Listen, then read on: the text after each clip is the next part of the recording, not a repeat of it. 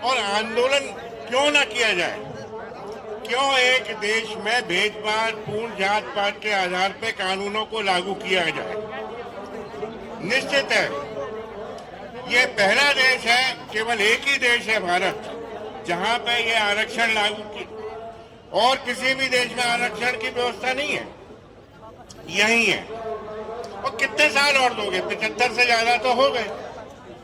और आपने उस आंदोलन से या रिजर्वेशन से क्या निकाला?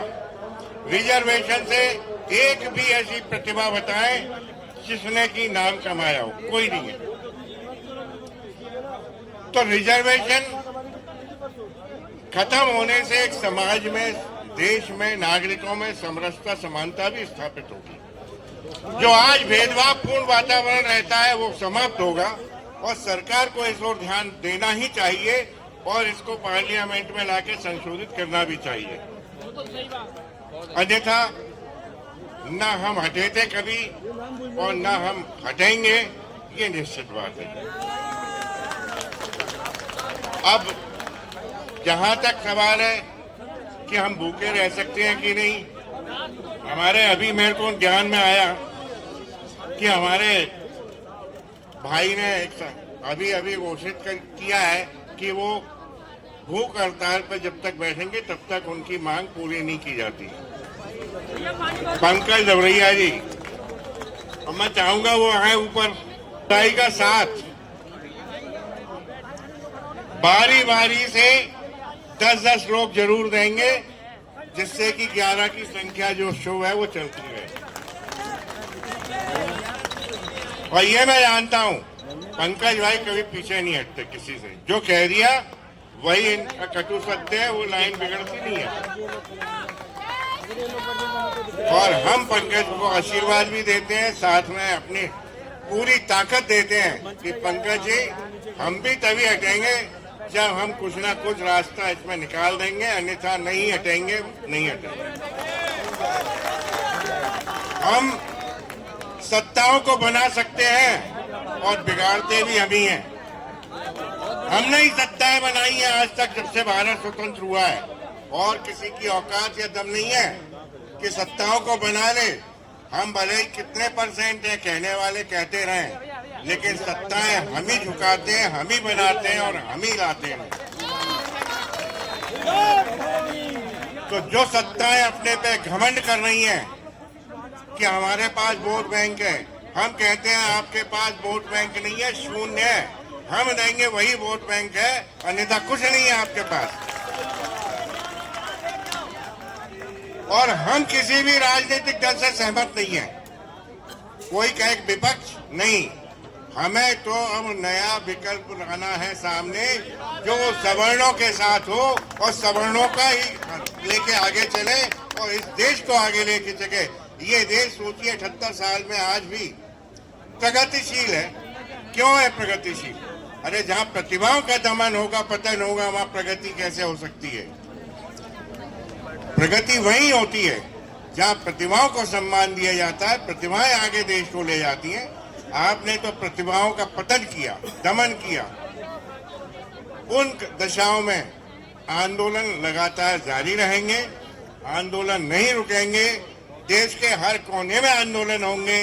और ये तो राजधानी है, राजधानी में आज मैंने देखा, सुबह से मैं था कि बहुत सारे, जितनी संख्या यहाँ, इससे समझता हूँ 100 गुने ज्यादा लोग वापस हुए।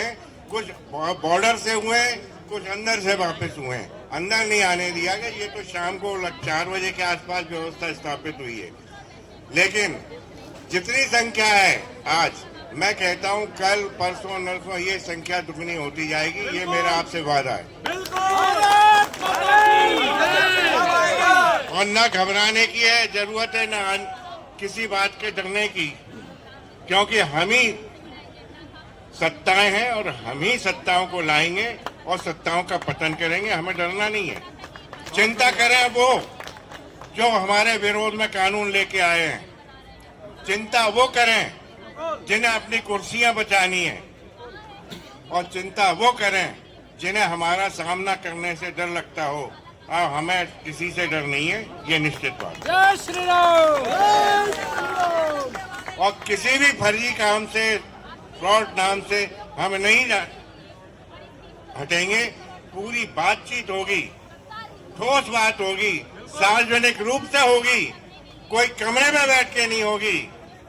उस बात से सहमत होने के बाद ही हमारे पंकज भाई और हम हटेंगे यहाँ से, नहीं तो नहीं हटेंगे। नमः पार्वती पुत्र। ये आवाज मजबूत रहनी चाहिए। अगर मेरी लाश चली जाए, ध्यान रखना, ये बार बार बोल रहा हूं, मेरी लाश ब्रजवासियों को दे देना अगर मैं असफल हो जाऊं, लेकिन मेरा साथ मत छोड़ना, मैं यहीं डटा रहूंगा। आप चिंता मत करें पंकज जी, यहाँ हर आदमी पंकज है, हर आदमी पंकज है, कोई डरने की जरूरत नहीं है।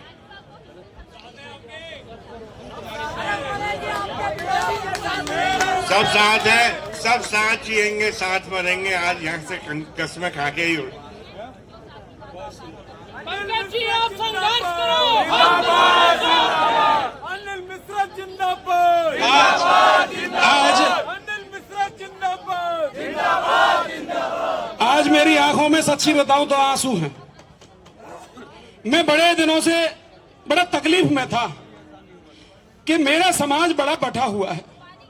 मैंने 1 महीने अनशन किया, मैं फिर भी हिम्मत नहीं आ रहा, परिवार पे, माँ बाप पे मुकदमे लेके गौशाला तोड़ दी, कभी नहीं टूटा, कभी हिम्मत नहीं आ रहा। मेरे को लगा कि संगठन बट गए, हम सब लोग बट गए क्षत्रिय ब्राह्मण के नाम पे, संगठनों के नाम पे। लेकिन आज मैं आपके चरणों में प्रणाम करता हूं, ऐसी एकता को बढ़ा दीजिए, जन जन तक पहुंचा दीजिए। जंतर मंतर से जब तक नहीं उठेंगे, जब तक यूजीसी रूल बैक नहीं होता और आर्थिक आधार पर आरक्षण लागू नहीं होता, चाहे हमारी लाश जाए हमारे घर पे। मैं आपका धन्यवाद प्रकट करता हूं मेरे पिता तुल्य श्री अनिल मिश्रा जी।